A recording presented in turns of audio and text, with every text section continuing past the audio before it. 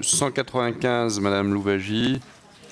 Oui, c'est un sujet qui concerne en fait les énergies renouvelables et qui propose, à travers cet amendement, d'apporter un soutien aux stations de transfert d'électricité par pompage en leur faisant bénéficier d'une exonération d'IFER, parce que quelquefois, c'est un élément qui contribue au déséquilibre économique. Je pense qu'il est très important de soutenir ces stations qui, en stockant l'électricité, permet d'améliorer tous les dispositifs relatifs aux énergies renouvelables, notamment intermittentes.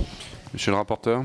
Bien, vous retirez beaucoup de recettes aux collectivités locales et singulièrement à toutes les collectivités locales de montagne. Vous comprendrez que je vous regarde d'un œil soupçonneux et que je donne un avis défavorable. Il faut dire qu'à l'Aigle, c'est assez différent. Qui est favorable à l'adoption, qui est défavorable, n'est pas adopté. L'amendement de 426, il n'est pas là. L'amendement de Madame Louwagie, Madame Pires-Beaune et de Monsieur Dussopt, 299, ils sont identiques, 613. Madame Louwagie, 299. Défendu, Madame Pires-Beaune. Vous n'êtes pas là. Monsieur Bricout pour le 615. Oui, je vais défendre le 615.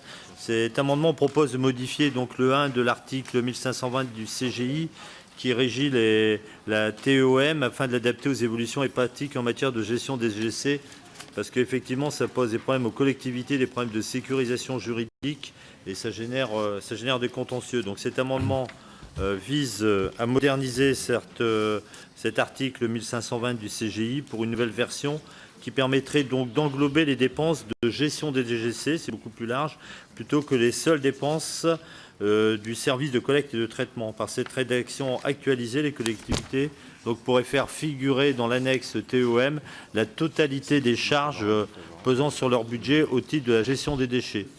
De plus, cet amendement ne crée aucun effet d'aubaine. Merci, monsieur le rapporteur. Défavorable. Qui est favorable? Qui est défavorable? Qui est défavorable, donc? Ils ne pas adoptés. Enfin, ils ne sont pas adoptés. Ces amendements identiques ne sont pas adoptés. Le 425 tombe. Monsieur Castellani, le 451. Oui, merci, Monsieur le Président. Cet amendement reprend le rapport qui a été présenté en juillet 2017 par le président de l'exécutif de Corse et approuvé par l'Assemblée de Corse. Il apparaît nécessaire de réguler, de maîtriser le trafic des 30 000 camping-cars qui fréquentent la Corse, notamment les 4 mois d'été, et dont l'impact, on le comprend, est élevé sur l'écosystème, pour ne pas parler de l'encombrement des routes. Alors l'idée est d'instaurer une écotaxe à caractère incitatif pour privilégier l'usage des stationnements aménagés au détriment des stationnements sauvages, voilà, que nous connaissons trop actuellement. La CTC remboursant ensuite la taxe sur justificatif attestant du stationnement dans des aires adaptées. Merci. Merci, monsieur le rapporteur. Défavorable. Qui est favorable à l'adoption? Qui est défavorable à l'adoption? Il n'est pas adopté. Discussion commune, le 276, monsieur Horry. Merci, Monsieur le Président, de m'accueillir dans votre commission. Depuis le 1er janvier 2015, la taxe de séjour est perceptible sur une aire de camping-car. La tarification pose question, en effet, au regard du plafond en vigueur fixé par le CGCT. La taxe de séjour est plus élevée sur les aires de camping-car qu'en camping 1 ou 2 étoiles. C'est-à-dire que lorsqu'un camping-cariste va dans un terrain de camping où des prestations sont fournies, il paie moins cher de taxe de séjour que lorsqu'il stationne sur une aire de camping-car. Cet amendement propose donc de classer les emplacements aires de camping-car et terrains de camping donc dans la même catégorie. Ça pourrait être en fonction de la qualité du camping-car. Bien. Monsieur Simian, le 495. Voilà. Monsieur Puponil, 640. Non, monsieur le rapporteur. C'est une harmonisation qui me semble souhaitable, favorable. Qui est favorable à l'adoption de cet amendement? Qui est attendez, alors qui est favorable? Qui est défavorable, il est adopté. Donc c'est le 260, ils sont adoptés en fait. Le 276 est adopté. Non, ils ne sont pas défendus les autres, effectivement. Le 705. Oui, je vais le défendre. Merci, Monsieur le Président, je vais le défendre. L'amendement donc vise à offrir la possibilité aux collectivités ayant instauré la taxe de séjour de calculer cette taxe pour les seuls meublés non classés, sur la base d'un pourcentage appliqué au prix de la nuit, au lieu et place d'un tarif. Cette proposition vise à rétablir une certaine équité entre les niveaux d'imposition des secteurs classés et non classés. Tous les meublés non classés, tels que les locations réalisées via les plateformes de réservation de type Airbnb, se voient appliquer le tarif de plus bas, 75 centimes au maximum, alors que les biens loués peuvent être dans les faits d'une catégorie bien supérieure. Il est donc proposé, afin de rétablir une équité fiscale entre les hébergeurs classés et non classés, d'offrir la possibilité donc aux collectivités qui le souhaitent d'appliquer à ces meublés non classés une taxation proportionnelle au prix de la chambre, dans la limite de 5%.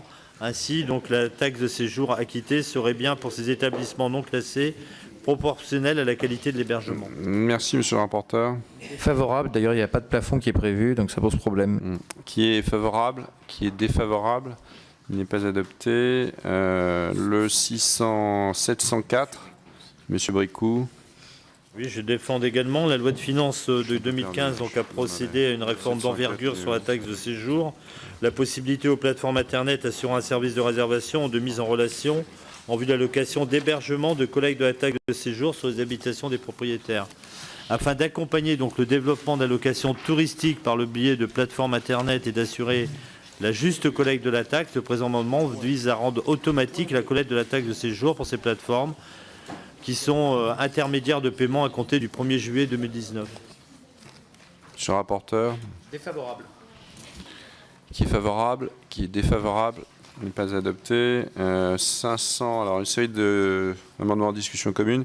Monsieur Dufresne est là. Défendu, c'était le 539. Le 253 n'est pas défendu. Le 555, Madame Montchalin, défendu. Et le 693, Monsieur le rapporteur. Défendu. Très bien. Et vous le défendez dans quel sens? Vous êtes favorable? Alors nous passons au vote. Il y a encore un peu de...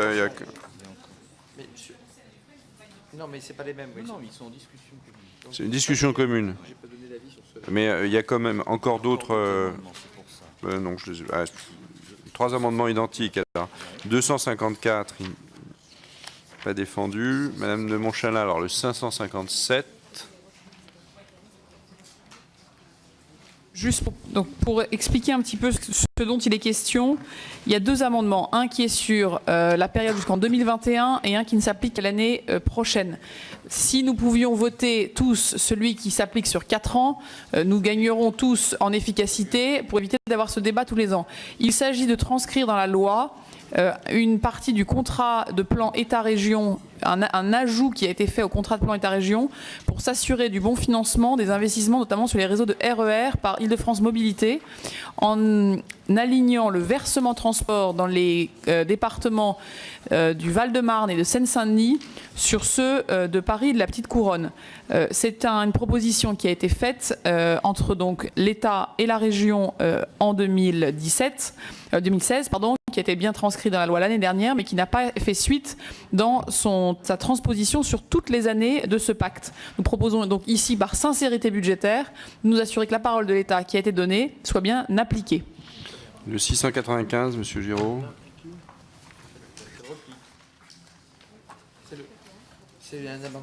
C'est un amendement de repli, donc préférence pour le précédent, qui porte sur l'ensemble de la période, tel que vient de l'expliquer Amélie de Montchalin à l'instant. Très bien. Donc le 539 qui est favorable. Alors monsieur le rapporteur, vous n'avez pas... Là c'est défavorable. Défavorable. Qui est favorable à l'amendement? Qui est défavorable au 539? Il n'est pas adopté. Alors après c'est les amendements identiques. Le 555 celui de Amélie de Montchalin. Le 693 celui du rapporteur. Donc favorable aux 3. Qui est favorable? Donc il est adopté. Ça fait tomber la suite en fait. Hein, c'est ça? Les 3 suivants. Et il reste quoi? Rien. 465, Monsieur Fesneau. Je vais le défendre, Monsieur le Président. Oui, Madame El Haïry. Alors que la revalorisation des valeurs locatives pour les locaux commerciaux produit des effets sur les feuilles d'impôt dès l'automne, nous souhaitions mettre en alerte parce qu'elle pénalisera comparativement beaucoup plus les commerces de centre-ville et de centre-bourg que les grandes surfaces de plus de 400 mètres carrés.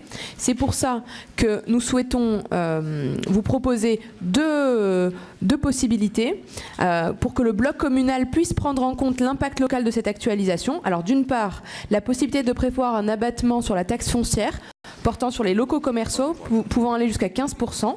D'autre part, pouvoir équilibrer leurs ressources et piloter l'équilibre avec les grandes surfaces commerciales et les commerces de centre-ville en donnant la possibilité de modulation du coefficient TASCOM, donc la taxe sur les surfaces commerciales, que ce soit plus élargi. Donc c'est un amendement qui vraiment, son idée, son objectif initial est de permettre aux commerces de centre-ville et de centre-bourg de s'en sortir et de ne pas être plus impactés que les grandes surfaces. Donc pour conclure, cet amendement laisse la possibilité aux communes de s'adapter à la revalorisation des bases locatives en accroissant leurs possibilités de pilotage via la taxe foncière et la TASCOM. Je vous remercie. Monsieur le rapporteur.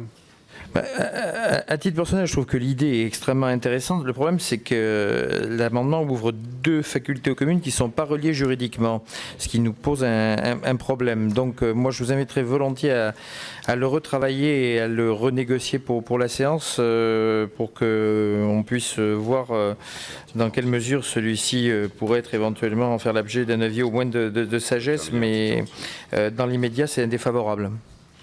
Merci. Vous le retravaillez. Monsieur le rapporteur, j'entends votre amour pour cet amendement, donc je vais le retirer pour qu'il puisse être plutôt adopté en séance.